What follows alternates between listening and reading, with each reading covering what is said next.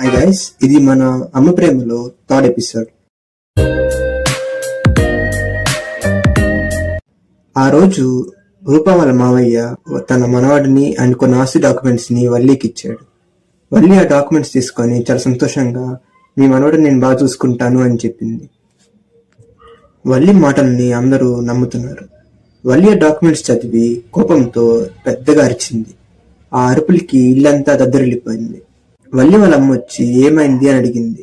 వల్లి కోపంతో ఆ డాక్యుమెంట్స్ వాళ్ళ అమ్మ మొహాన్ని కొట్టింది. ఆ డాక్యుమెంట్స్ లో ఆ పిల్లవాడికి 18 years కంప్లీట్ అయితేనే ఆస్తి మొత్తం వస్తుంది అని రాస్తుంది. అప్పుడే వల్లి అసలు రూపం వాళ్ళ అమ్మ దగ్గర బయటపడింది. వల్లి వాళ్ళ అమ్మకి ఇప్పుడు ఏం చేయాలో అస్సలు అర్థం కావట్లేదు.